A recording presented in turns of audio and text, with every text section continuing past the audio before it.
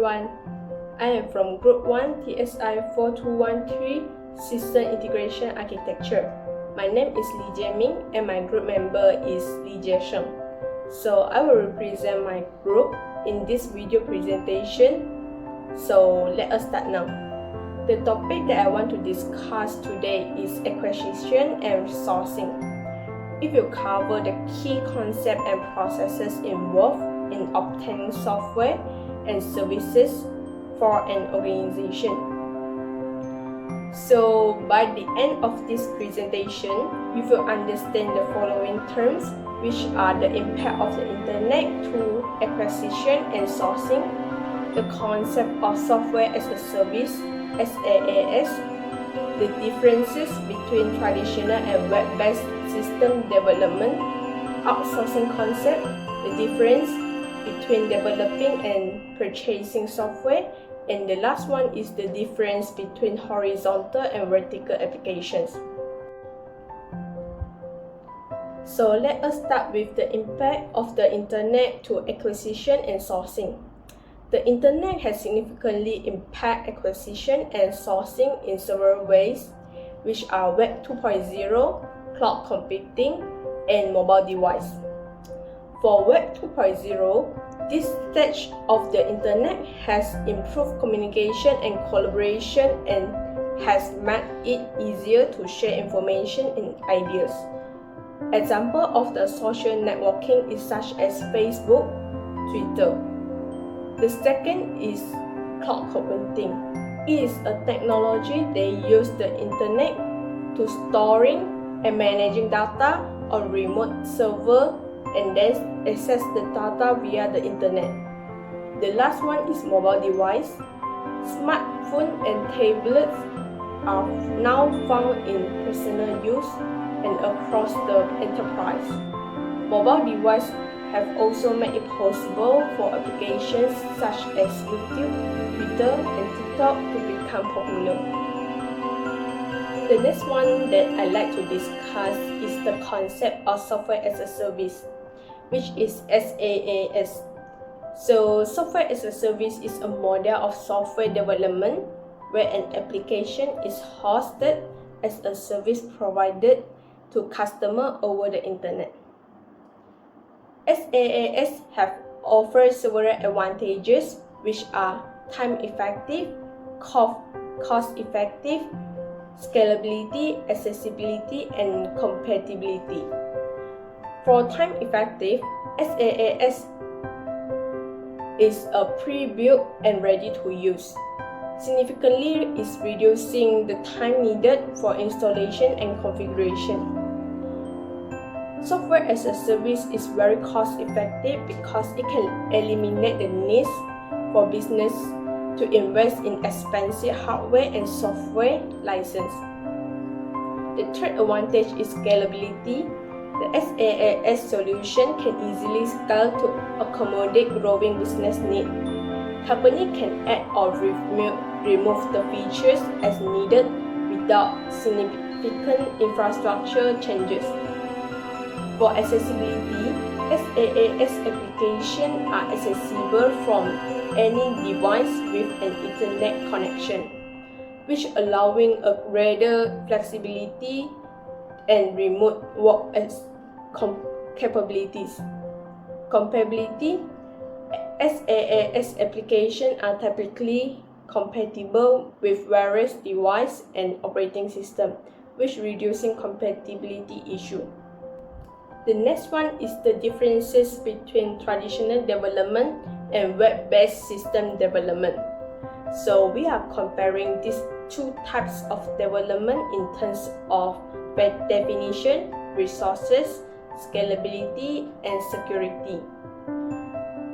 For traditional development, the definition is developing software applications that are installed and run locally on a user's computer.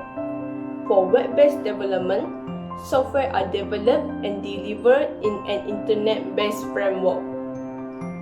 So for resources aspect, traditional development is in terms of many applications require substantial desktop computing power and resource.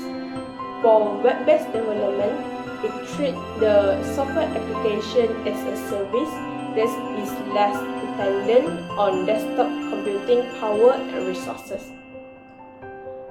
For scalability, traditional development scalability is affected by network limitation.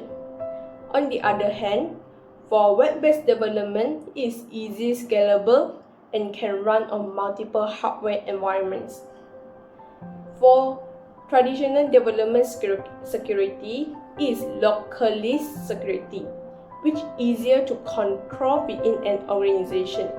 But for web-based development, it is dependent on web security protocol. It can be vulnerable to online threats.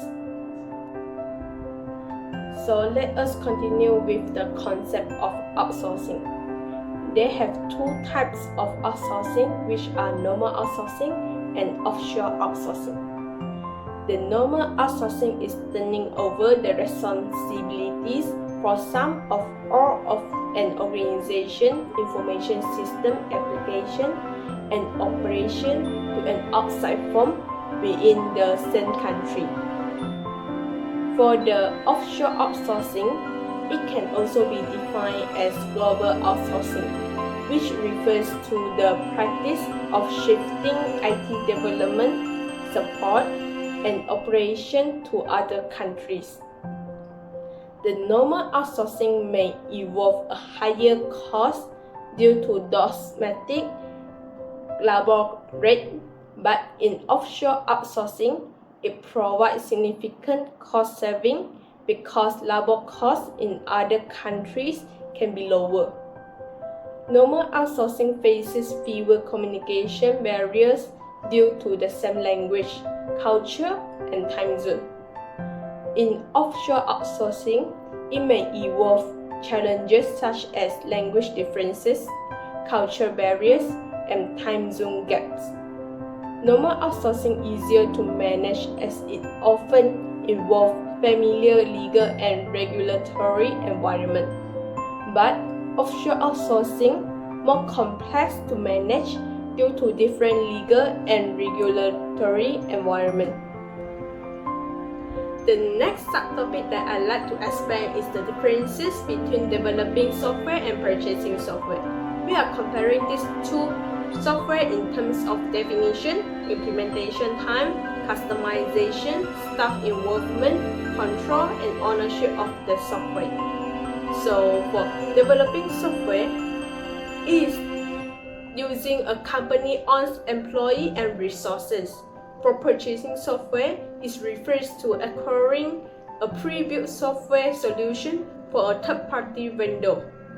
For implementation time, developing software is more longer due to design, development, and testing. For purchasing software, the implementation time is more shorter as the software is ready to use. For customization, developing software is fully customizable to meet unique business requirements. For purchasing software, it is limited customization since it is designed to serve a wide range of business requirements. For staff involvement, developing software is fully utilized company-owned staff.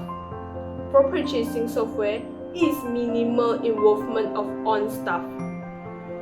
For the control aspect, developing software is full control over the software's features, update, and security.